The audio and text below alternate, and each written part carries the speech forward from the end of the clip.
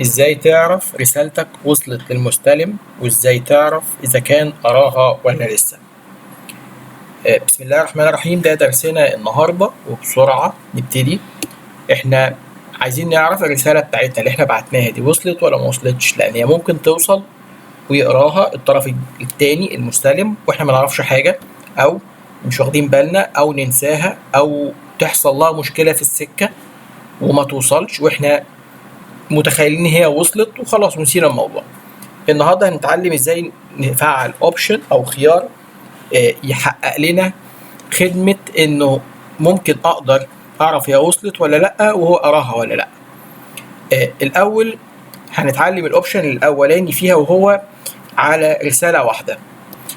لما باجي اعمل رساله جديده وبكتب الميل اللي انا هبعت له، وفي الحاله دي بجيب subject ايا مكان وهقول له من اوبشن انا عايز اعمل حاجه اسمها request delivery receipt، وده اللي بيحقق لي قصه ان الرساله بتاعتي وصلت ولا لا، اتعمل لها deliver على الطرف الثاني ولا لا.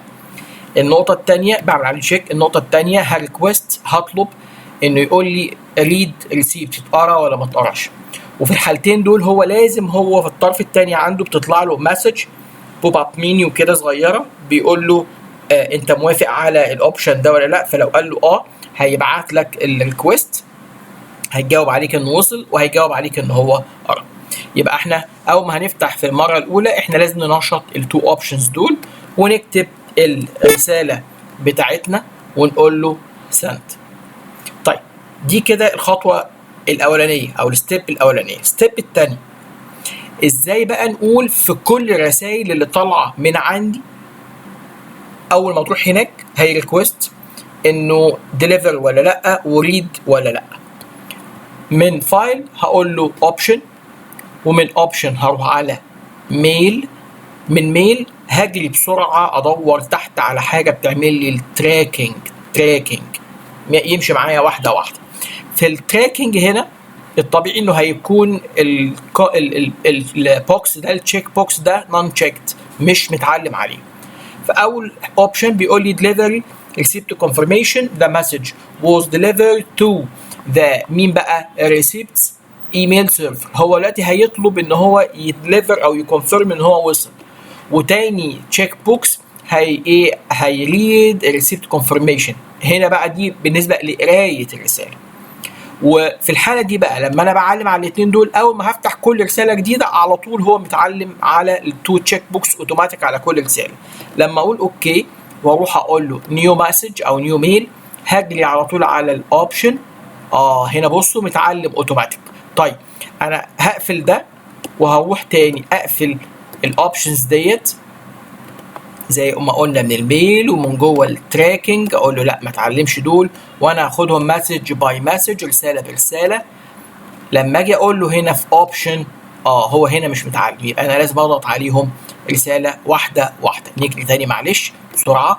فايل اوبشن ميل وبعدين نروح على التراكنج ومن جوه التراكنج I'll check deliver receipt و read receipt واقول له اوكي عشان لما كرييت نيو مسج نيو ميل الاقيهم هنا متحددين. فهقول له انا عايز ابعت رساله لفلان ده على طول تيست ات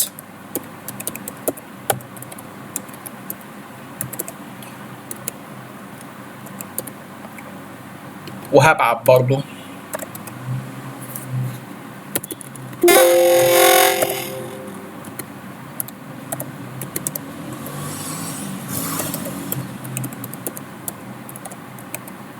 كده انا بعت لتو ايميل ريسيبينت وهنقول له الو وبعدين زيروز. دي الرساله اللي انا هبعتها وهي اوريدي معمول لها تشيكت وهقول له سنت. لما رساله هتطلع من عندي الرساله المفروض لما تطلع من عندي وتروح للطرف الثاني جت اهي على طول.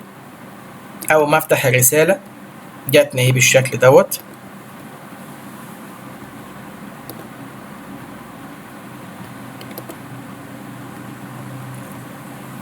تمام.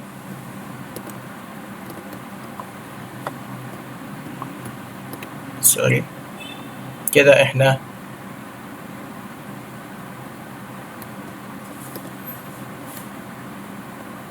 كل ده رسائل قديمة، لسه الرسالة بتاعتنا ما وصلتش.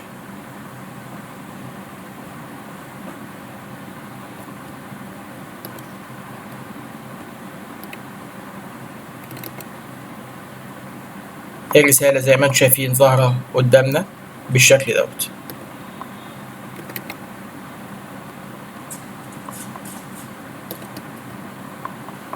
دي خلاص كده وصلت لك confirmation ان هو قرا your message وصلت هنا ويور مسج وصلت هنا. خلاص قال لي التاريخ والوقت بتاعنا. ولما هقرا الرسالة، قريت الرسالة هنا وهاجي هنا برضو هقرا الرسالة عشان اروح هنا اشوف في رسائل جات لي. رسالة جات لي تاني اهي، بيقول لي فيها ان الرسالة was read في التاريخ ده في الوقت ده. يبقى هو خلاص كمان اداني confirmation، وزي ما انتم شايفين العلامة بتاعت الريد ظاهرة عندي والديليفر ظاهرة عندي. دي كانت حلقتنا النهاردة، اتشرفت بيكم ودمتم في امان الله.